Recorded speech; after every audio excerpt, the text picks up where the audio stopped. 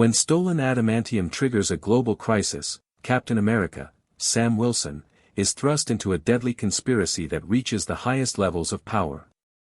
As the world teeters on the edge of war, nations clash over control of the mysterious celestial island, where the rare metal was unearthed. With a mind-controlling genius manipulating events from the shadows, and a trusted ally transforming into the monstrous Red Hulk, Wilson must stop the chaos before it consumes the world. 5 months after General Thaddeus, Thunderbolt, Ross becomes U.S. President, he sends Sam Wilson, Captain America, and Joaquin Torres, the new Falcon, to Oaxaca, Mexico, to stop the illegal sale of stolen classified items. These items were taken by Seth Volker, aka Sidewinder, and his mercenary team Serpent. This mission is notable since Ross had long been reluctant to work with Captain America, partly due to his obsessive hunt for the Hulk years earlier, which also caused tension with his daughter Betty. Wilson and Torres recover the stolen items, but Sidewinder escapes. Torres is eager to prove himself as the new Falcon, while Wilson worries about involving him in dangerous missions since neither has superpowers like Steve Rogers. Afterward, they train with Isaiah Bradley, a super soldier and Korean War veteran who was imprisoned and experimented on by the government for decades. Meanwhile, Layla Taylor, a Secret Service agent with a past connection to Wilson, works for President Ross. Ross invites Wilson and Torres to a global summit at the White House, where Wilson insists Isaiah Bradley be included. Ross seeks Wilson's help to reform the Avengers, though Bradley is wary of reporting to the president. Wilson assures Bradley he has allies within the White House watching Ross.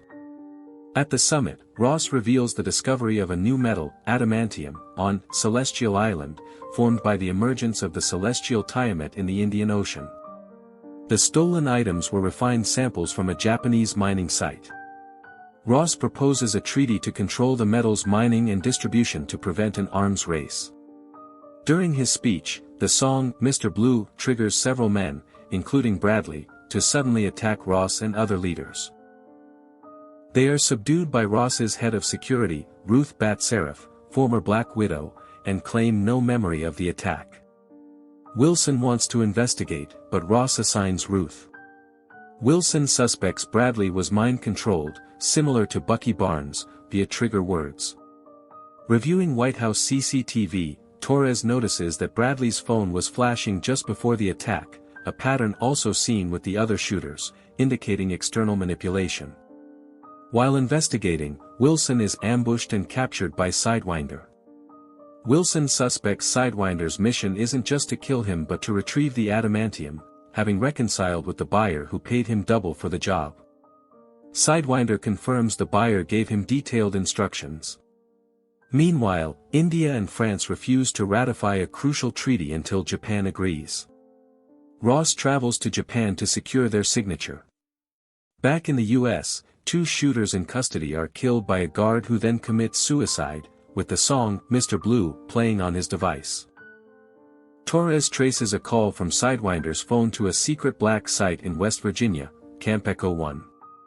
Ross faces backlash from Japan, which blames him for stealing their adamantium and the White House attack.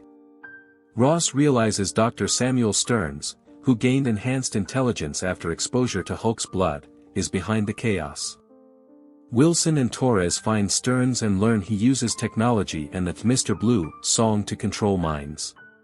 Wilson discovers a file revealing Ross was secretly taking pills under Stearns' supervision. Stearns was the buyer who hired Sidewinder, aiming to spark conflict between the US and Japan. During a fight with mind-controlled soldiers, Stearns escapes. Ross sends Bat Seraph to secure Camp Echo 1, where she rescues Wilson and Torres. They team up with Wilson's military friend Dennis Dunphy, who has Sidewinder in custody. Sidewinder reveals Ross once imprisoned Stearns at Camp Echo 1, publicly blamed him for the Abomination's attacks, and promised to free him if he helped Ross advance politically. Ross exploited Stearns to develop weapons and tech for the government. Japan accuses Ross of stealing the adamantium himself, presenting it as a false peace offering.